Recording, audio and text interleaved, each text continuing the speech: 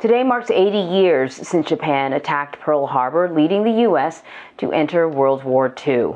More than 2,400 people were killed when Japanese planes bombed the naval base in 1941. The Pearl Harbor National Memorial will commemorate the infamous day by shining light on valor, sacrifice, and peace.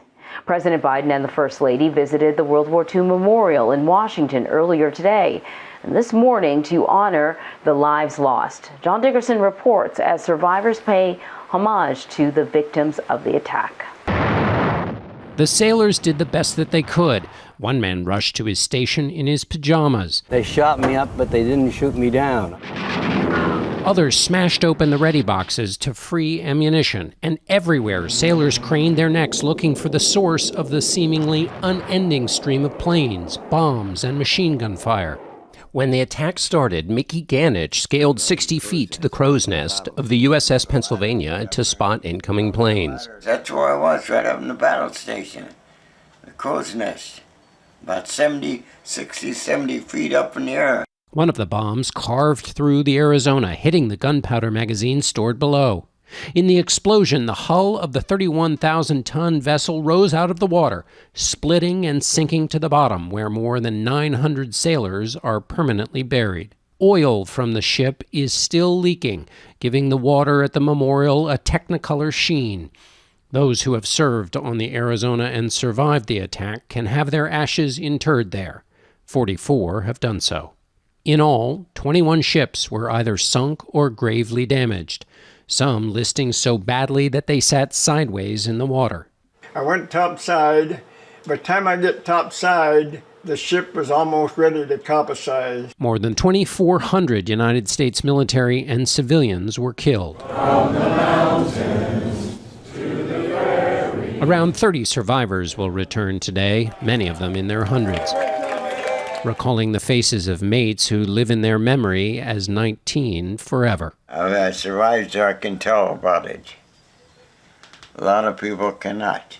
And I figure I'm honoring them by being there and showing my face. This is likely to be the last major anniversary of their lifetimes. People walk down the street there and they say thank you for service, and my comment is there, you were worth serving for.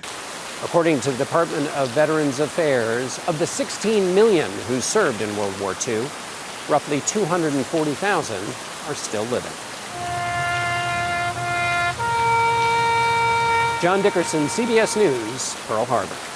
So Dr. Ron Milam is joining me now. Doctor, you're an associate professor of history at Texas Tech University with a PhD in U.S. history, and you're also a combat veteran who served in the Vietnam War. Thank you so much for joining us. No doubt the attack on Pearl Harbor was a pivotal day in American history, but also pivotal when it came to the war. Often, we talk about the impact and the effects on the U.S., but can we talk about the way it changed the war? Well, finally, the United States was involved in the war. We had been, up to that time, we had been helping the British, and we'd been helping the Soviet Union, of course, with our role of Lend-Lease. But now we were in this war because Japan had brought us into it with their attack. Why did Japan make this choice, which it seemed like a losing option for Japan? What was behind that calculus? Japan wanted to control the neighborhood that they were in. They had attacked China. They needed to feed their military machine, and that meant getting oil from the areas around China. It meant getting oil from the Dutch East Indies. It meant getting coal.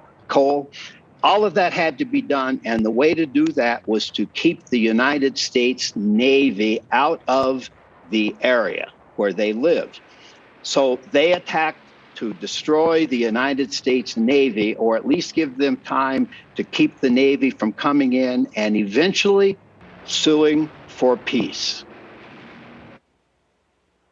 You talked about the big three, the alliance between the U.S., Russia, and Britain. Can you talk about the significance of that alliance?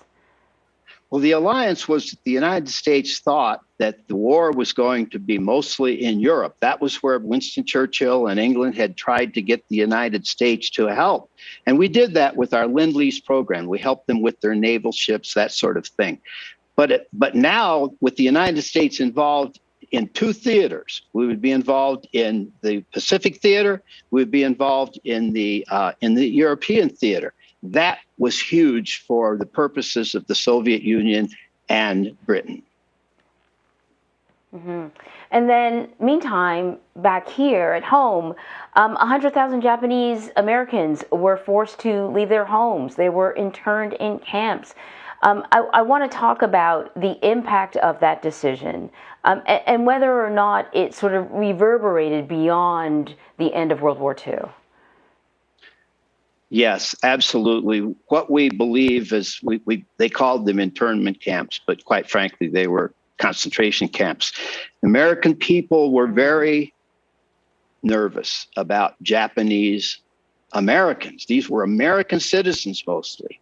And so they were put in camps. And I guess the one thing that we can say about it is that we went into the camps and we asked Japanese, second generation Japanese, if they wanted to serve in the American army, and many of them did. It's hard to imagine that they would volunteer to serve, helping America coming out of those concentration camps. It was a terrible moment in American history. You served during the Vietnam War. I'm wondering how the attack on Pearl Harbor impacted the American public's relationship with war, how we felt about America going to war and America's role on the world stage. I guess you can argue that when you're attacked, you fight back. And in this case, Japan had attacked the United States of America. I used to ask my World War II father how he believed America would have ever gotten involved in this war had it not been for the attack at Pearl Harbor. And he didn't have a good answer to that. So my argument is that when America feels like it has been attacked, there's a reason to move forward. And if you want to call it revenge, but in this case, it now meant that the United States, a major power in the world, both militarily and economically, would be part of this war effort. We know that among the ships attacked was the USS Arizona.